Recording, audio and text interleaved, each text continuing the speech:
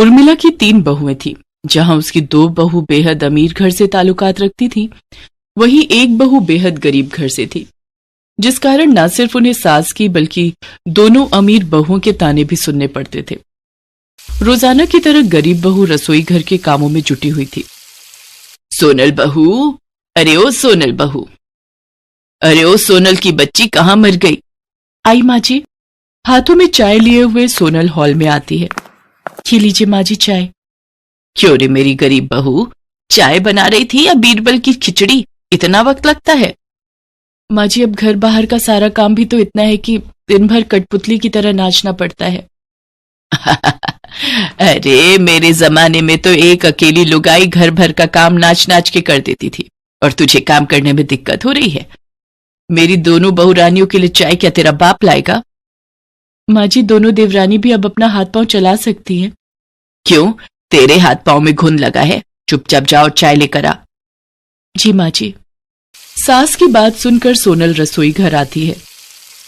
जाने सासू माँ मेरे साथ ही ऐसा बुरा बर्ताव क्यों करती हैं? ऐसा जान पड़ता है मैं इस घर की बहू नहीं बल्कि बाई हूं। आजकल के दौर में लोग उनसे भी बेरुखी से पेश नहीं आते होंगे। जाने ये 2 रिहायशी तितलियां ऐसी कौन सी पट्टी पढ़ाती है माँ जी को, जो माँ जी इनका तो गुणगान करती हैं और हमारी गरीबी की हंसी उड़ाने का एक मौका भी नहीं छोड़ती। खैर, यूं दिल ही दिल कुड़ने से कुछ नहीं होगा, क्योंकि हम गरीबों को तो पूछने वाला कोई नहीं होता। गरीब बहू की बेबसी उसकी बातों से साफ जाहिर हो रही थी। जहां गरीब बहू की दशा नौकरानी से भी बदतर थी, वहीं 2 बहुएं छोटी होने के बावजूद सारा दिन बस हुक्म चलाती। समय के साथ सर्दियों का आगमन हो जाता है। हॉल में बैठी उर्मिला की दोनों अमीर बहुएं कहती हैं, सासू माँ सर्दियां आ चुकी हैं। आप तो जानती हैं कि सर्दियों को लेकर मेरे कितने शौक हैं, इसलिए मैंने डैडी से कहकर चारों के लिए न्यू हीटर मंगवाया है, ताकि हम चारों ठंड से बच सके।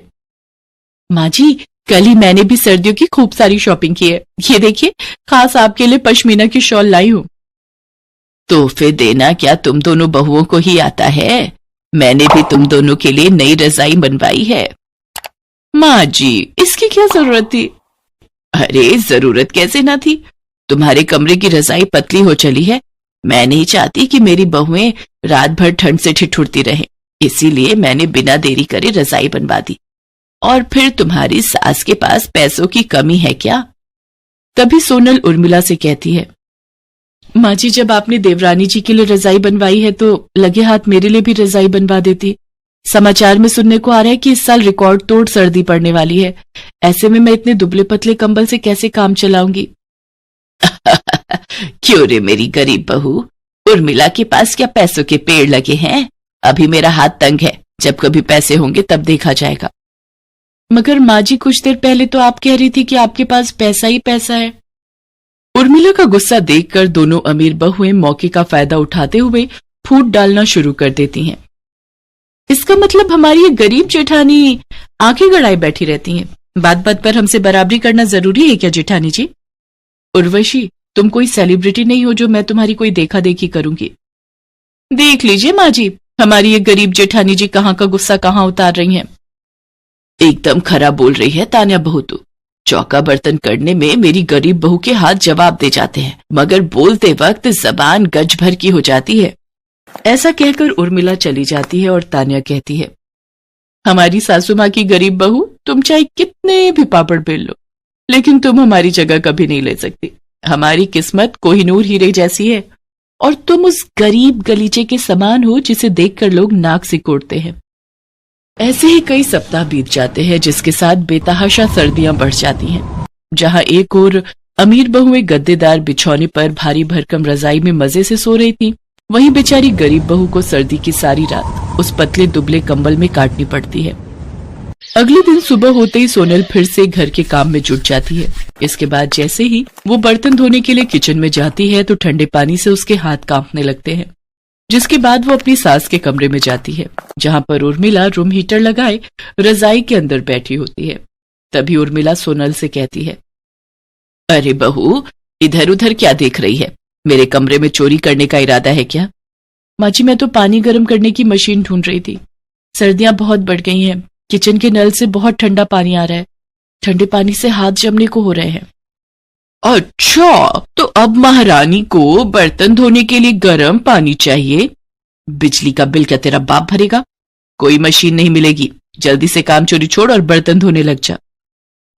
इसके बाद खरी खोटी सुनाकर उर्मिला फिर से अपना पल्ला झाड़ लेती है और बेचारी गरीब बहू कड़ाके की ठंड में भी ठंडे पानी से ही काम करके गुजारा करती है।